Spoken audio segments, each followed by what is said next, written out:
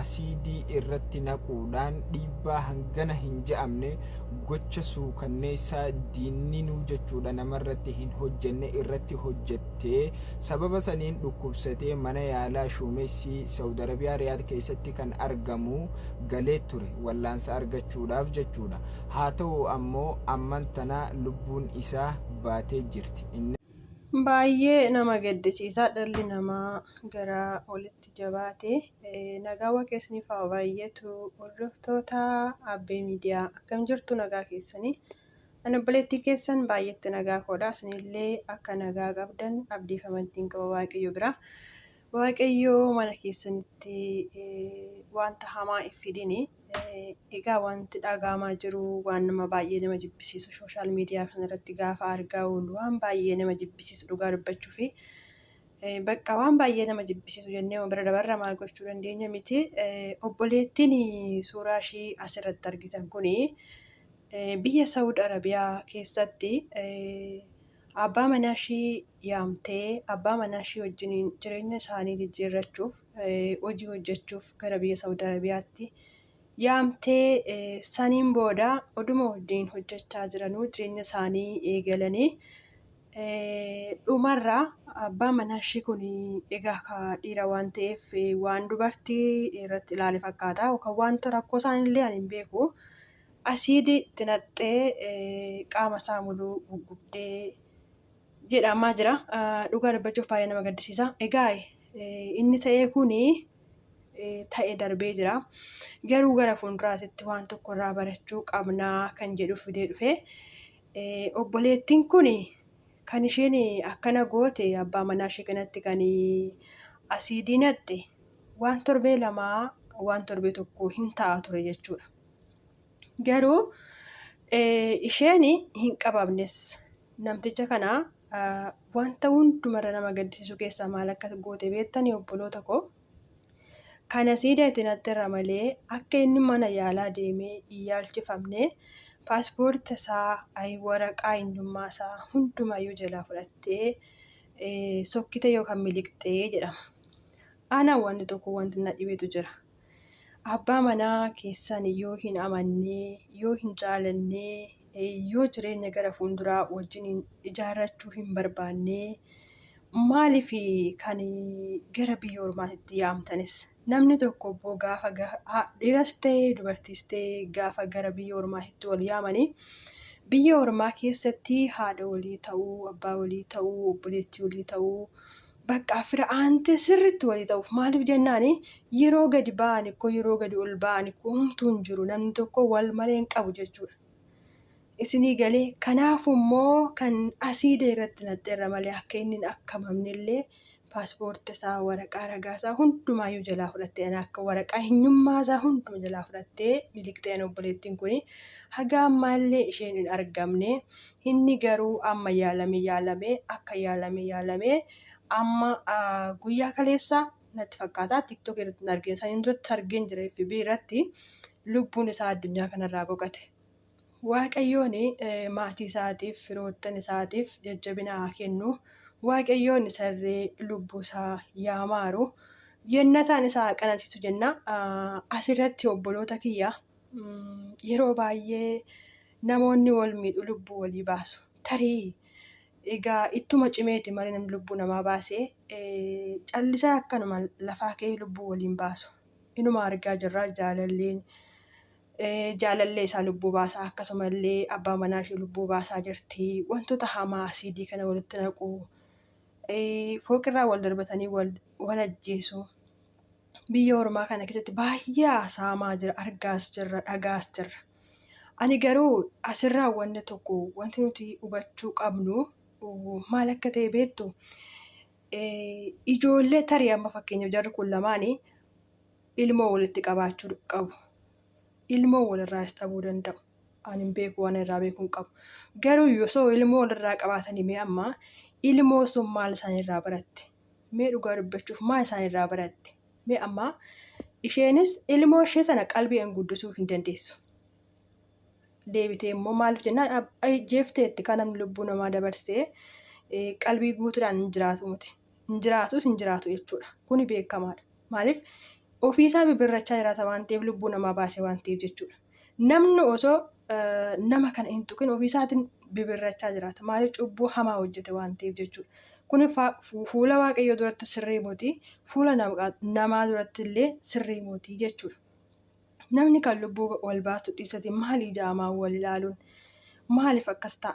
Keessattuu abbaa manaa fi haadha manaa irratti baay'ata wanni kun baay'ee agartanitti sooshaal miidiyaa kanarratti baay'ee baqqaa jechuudha. Dhugaa dubbachuuf baay'ee argaa oollaa.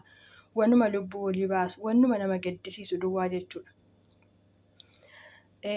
Kanaaf maal isin jechuun barbaade abbaa manaa tokko gaafa ijaarratan namni suni amala isaa badaas haa ta'u gaariis haa ta'u wal danda'anii wajjin jiraachuuf immoo malee lubbuu walii baasuu wanta akkanaa kuni kan akkana godhu kuni hafuura hamaatiin gaggeeffamu dhugaa seexana jechuudha. Namni qulqulluun hafuura gaariitiin gaggeeffamu kana hin raawwatu jechuudha. Maal lubbuu namaa baasuu jechuun waan qallaalii sana miti jechuudha. Waan qallaalii waan salphaa shimbira miti dhugaa ilmoo namaati waan ta'eef jechuudha. Abbaan manaa kee hamaa irratti godha. Abbaa manaa kee hin shakkitaa. Kun kan ta'uu qabu dhugaa dubbachuuf waan guyyaa tokko lamaanii miti itti yaadameeti malee. Hin shakkita yoo ta'e abbaa manaa keetiin amala hin taane amala badaa qaba yoo ta'e lakkii abbaa manaa koo amalli kee inni kuni anaaf si wajjin nuufuu hin danda'u jedhiin guyyaa lamaa sadiitti hindi dawaan sanitti deddeebi'a miti haamilee kee cabsa miti harka fayyaa miila fayyaa dhiisii biraa deeme hiree kee barbaaddadhu. Maaliif nama tokko duwwaa miti kan addunyaa kana irra jiru waan ta'eef ilmi dhiiras nama tokko duwwaa miti dubartiinis nama tokko duwwaa miti jechuudha kan addunyaa kana irra jiru baay'eedha jechuudha. Kanaaf dubartiinis dhiira malee jiraachuu dandeessi. Dhugumaan isin hin jiraachuu dandeessi yoo ishiin of jala murtee jiraatte jiraachuu dandeessi. Waaqayyo immoo kan biraa ishii lafa kaa'aaf jechuudha. Kanaaf immoo ilmi dhiiraas hiriyaa jaalallee qabda haadha manaa qabda haati manaa kee waa akka ati jettatti hin bultu si jeeqxi si rakkifti. Gorsi yaa haadha manaa kiyyaa akkanatti anaafate wajjin adeemuu hin dandeenyu. Amalli kee kuni anaaf si wajjin oofuu hin danda'u jedhi guyyaa lamaa sadiitti hin diddimiti. Harka nagaa qaama ishii guutuu fayyaa dhiisi biraa deeme. Bakka maaliif akkuma Oromoon jedhu haadha tokko jala sagalii jedha. Ilmi dhiiraas isheen dubartis jechuudha. Kanaaf hiree kee barbaaddadhu. Lubbuu namaas irratti waan hin taane raawwachuudha. Atis qalbii kee umurii guutuu bibirrachaa jiraachuudha jechuudha. Dhuguma dhugaa waaqaa akkas wayya. Ani akka beekuma kiyyaatti akka waan tokko irraa hubadhutti akkas wayya. Maaliif lubbuu namaa baaftee jireenya boqonnaa gaariin jiraattu kaa beekamaadha kuni. Fakkeenyaaf meejarri kun lamaan ilmoo walitti qabu haa jennu. Daa'ima sana meecaarraa daa'ima sana ilaalaa. Gatteessee qalbiidhaan daa'ima sana guddifachuu hin dandeessu. Daa'imni sun immoo gaafa mee guddateetuma tarii isheen hidhamteetillee hidhaadhaa haa baatu seerri qabee waan barbaade godhee hidhaadhaa haa baatu umurii ishii guutuu boqonnaa hin qabdu. Ilma dhiira soote ilma dubarii soote guddatee bakka gaafa ga'ee abbaa kiyya haadha kiyya taggise jechuun of jechuudha. Kun immoo ammam qalbii nama cabsare ammam jireenya namaa fokkisaa godhare. Kanaafuu ilmi dhiiras ilmi dubartiis siin taatu yoo ta'e harka fayyaa miila fayyaa walirraa fagaachuun gaariidha. Dhugaa dubbachuuf keessattuu biyya ormaa keessatti akkana wal gochuun immoo baay'ee hamaadha jechuudha. Biyya ormaa keessatti biyya haati isaa hin jirre abbaan isaa hin jirre firri isaa hin jirre keessatti jechuudha. Biyya ormaa keessatti akkana ta'uu jechuun baay'ee ulfaataadha dhugaa dubbachuuf. Amma namni kun lubbuudhaan darbee jira jedhamee odeeffamaa jira. Sababaa maaliitis sababa isheen asiirratti naxxeef jechuudha. Asiidha jechuun akkam akka nama gubuu hundumti keenyaayyuu hin beekne jechuudha. Asiirri baay'ee ulfaataadha jechuudha. Kanaafuu sababa isheen jechuudha waan torbee lamaa yookaan waan torbuma lama kanaan darbu jechuudha. Sababa isheen asiitti naxxeef dhukkubsatee ammaan kanatti yeroo kanatti lubbuudhaan dhabamee jira bakka addunyaa kanarraa boqatee jira jechuudha. Dhugaama dubbachuuf baay'ee nama gaddisa wanti haadha manaa fi abbaa manaa kun jechuudha. Warri gara fuulduraatitti abbaa manaa horachuuf deemu. Akkasumallee immoo heerumuuf deemtu dubartiin mee sammuu maaltu isinitti dhaga'ama? Inni kun waa'ee gaa'ilaa kana gaafatti yaaddanii inni kun biyya Arabaa keessatti anuma dhagaa jirtanii zeegaa biraa heerumtee wantoota baay'een irra gahaa jira jechuudha. Gama tokkoon gaafa ilaaltanii jireenyi biyya lafaa kun irra caala namni kan qoramuun gaa'ilaan karaa gaa'ilaatiin jechuudha. Lubbuun namaarree kan darbaa jiru karaa gaa'ilaan biyya keessas ta'e biyya alaas ta'e jechuudha. Kana waaqayyo gahi jedhee nurraa haa dhaabu malee baay'ee ulfaata. Dhugaa akka amantaa ofiitti musliimas ta'anii kiristaanas ta'anii pheenxes ta'anii akka amantaa ofiitti odoo waaqayyoon kadhatanii waaqayyo akka araara godhuuf namaaf qalbii namaa guutuu akka godhuuf baay'ee nama gaariidha jechuudha. Maaliif waaqayyo gaafa singaa isaatti gortanii kan wanta barbaade balleessuudhaaf ta'e badii barbaade fiduudhaaf ta'e namni tokko gaarii godhuuf in oola jechuudha. Namni tokko gaarii godheef waan hundumarraa ooluu danda'a jechuudha. Namni tokko waan gaarii godheef waaqayyo nama hunduma oolchuu danda'a waan ta'eef jechuudha.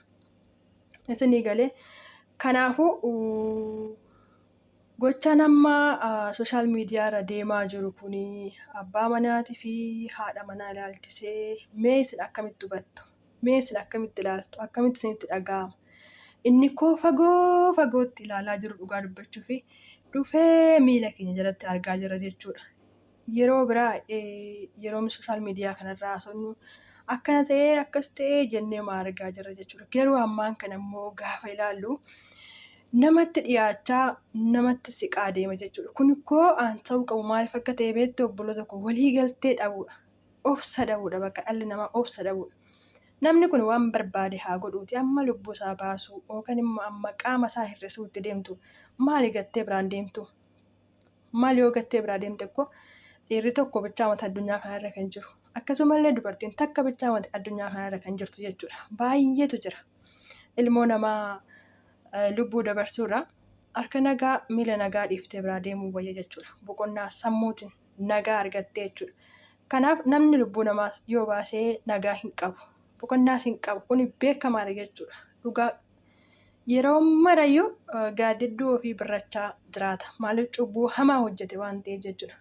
Namni lubbuu namaa baasee boqonnaa qabu, gammachuu qabu yoomaayyuu hin jiru. Namallee dhokatee jiraachuu danda'a. Geenyu waaqayyoon dhokatee jiraachuu hin danda'u. Yeroo mara boqonnaa hin qabu. Yeroo mara gammachuu hin qabu. Kanaafuu waaqayyoon kana isinaa baraaru. Abbaa manaa keessan yoo jaalattan wajjiniin jiraadhaa. Yoo hin jaalanne karaa nagaa gaggeessaa. Isiniin jechuun jaaladhaa. Dhugaa dubbachuuf baay'ee nama gaddisiisa. Egaa guyyaa irraa kanumaan qabadhee dhufee eebbifamaa isiniin jechuun jaaladhaa. Waaqayyo isinaa eebbisu.